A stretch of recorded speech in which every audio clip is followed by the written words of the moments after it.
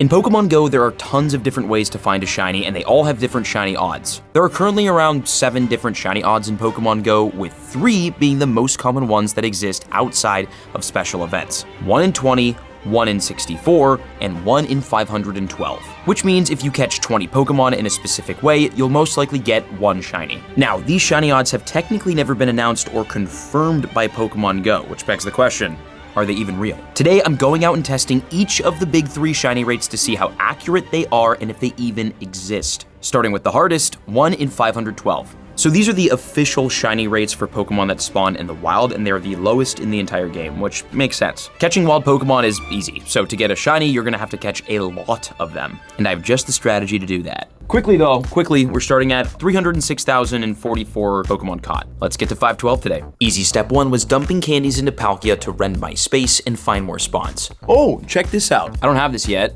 I've got the first Applin spawn. Cool. Pokemon number 1 of the day will be a brand new Pokedex entry, although it can't technically be shiny, so there's that. Next, I connected the number 1 tool of the day, the Pokemon Go Plus, set it to Ultra Balls, donned the new Shiny Luck merch for the extra luck, and drove my way to our first destination while catching as many Pokemon as possible on the way. Since I was running Ultra Balls, I had a much higher catch rate on wild spawns while driving, around 70%, which was honestly a cheat code because catching the 512 by hand would take hours, and I had other shiny rates to test. All right, this little guy went to absolute work because during the drive here, caught a total of 182 Pokemon. And the big question is, out of those 182, did we get our first shiny of the video and of the day? And are the odds ever in our favor?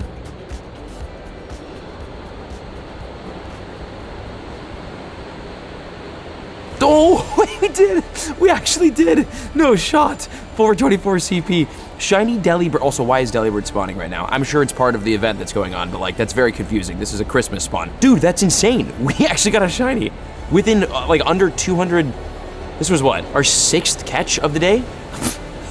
Let's go. All right, 1 in 6 odds for Delibird. Love that. Now, the big question here is, can we find more in the 512 spawns? Is it gonna be 2 out of 512 instead of 1? Because that's pretty sick. Or are we about to have a very dry 300 and something spawns? We'll have to see. There was a bit of a catch with this Delibird though. It was boosted. At the time of filming, the Sweet Discoveries event was live, which gave several spawns with shiny rates boosted above the regular 1 in 512 odds. They included Squovit and yes, Delibird. And although the 1 in 512 was the base shiny rate, it wasn't the only one. When Pokemon Go boost rates in the wild like they do with Delibird, they're bumped to around 1 in 128, which was perfect for where I was about to go. And we are now here at the Santa Monica Pier, which is the 2nd best strategy we could be deploying right now. And on the way here, we got ourselves up to 318, so we're 200 away from the goal. Did we get anything shiny? I mean, I caught all of them by hand, so no. Okay, if this is the 2nd best strategy, what is the first? It's this, the Shiny Luck. The new Essentials collection is live for the Shiny Luck merch. We've got it back again, including hats with the first ever black hat design. These sold out first last time. Good luck getting them this time. We've also got t-shirts, we've got sweatpants for the first time ever, and they have these like secret pockets in here. It's very nice. It's all available with a link in the description. This is a limited drop though, so again, good luck getting the pieces that you want. And it is perfect for any shiny Pokemon hunt, including the one today, where we already have one. I wonder why. So let's take the merch for a spin.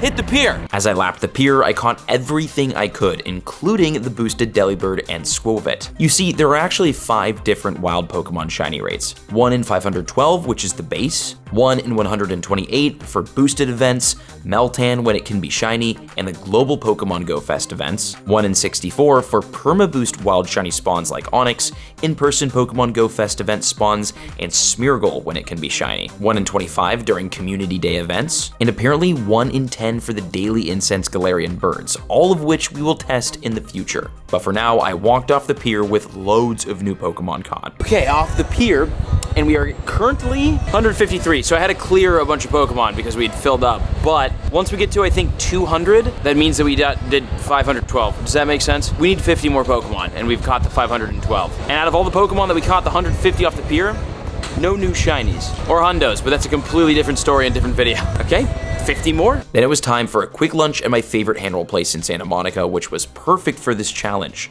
I could eat and catch at the same time. I finished my food, jumped in my car, and fired up the Go Plus for the next leg of the adventure.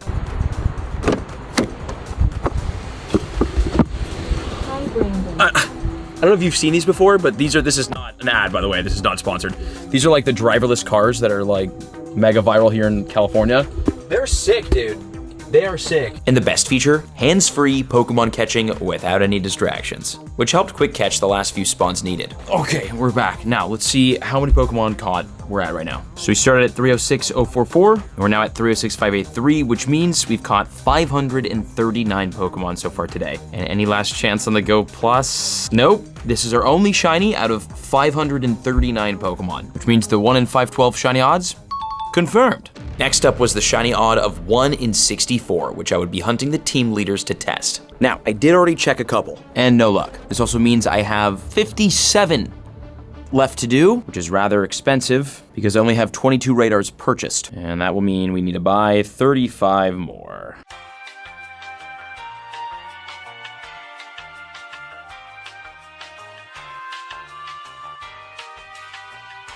There we go, 57 rocket radars.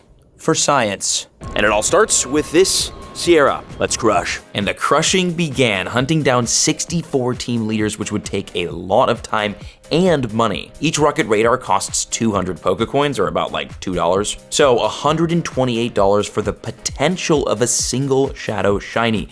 This would not be easy. But would it be worth it? Shadow Shiny Pokemon are some of the rarest in the entire game due to how inaccessible they are to hunt. It's expensive, the leaders are spread out all over the place, and they can be difficult for lower levels to defeat. And everyone I've interviewed and looked into the account of has always been proud of their Shadow Shiny collection. These are true Pokemon Go gems, and hopefully today I'd find one myself. Okay, so I am grinding through these Team Rocket grunts right now, by the way. We're in downtown Santa Monica, as you can see. It's popping down here with a new event that's going on. This is completely not what this is about, but did we get any shinies? No, I've been Go Plussing the entire time. Okay, so we're over halfway through the rocket radar, so we've got 30 left, so we've officially done 34. And I've already transferred a bunch of the shadows that we got today, but nothing shiny yet, and I don't think we have anything good IV either, but obviously that doesn't matter. Now, I will say the last Shadow Shiny that I got was Scorpy, so I've caught the Scorpy, I got the Cubone, I do have the Grimer, so I have the Shadow Shinies from all these team leaders.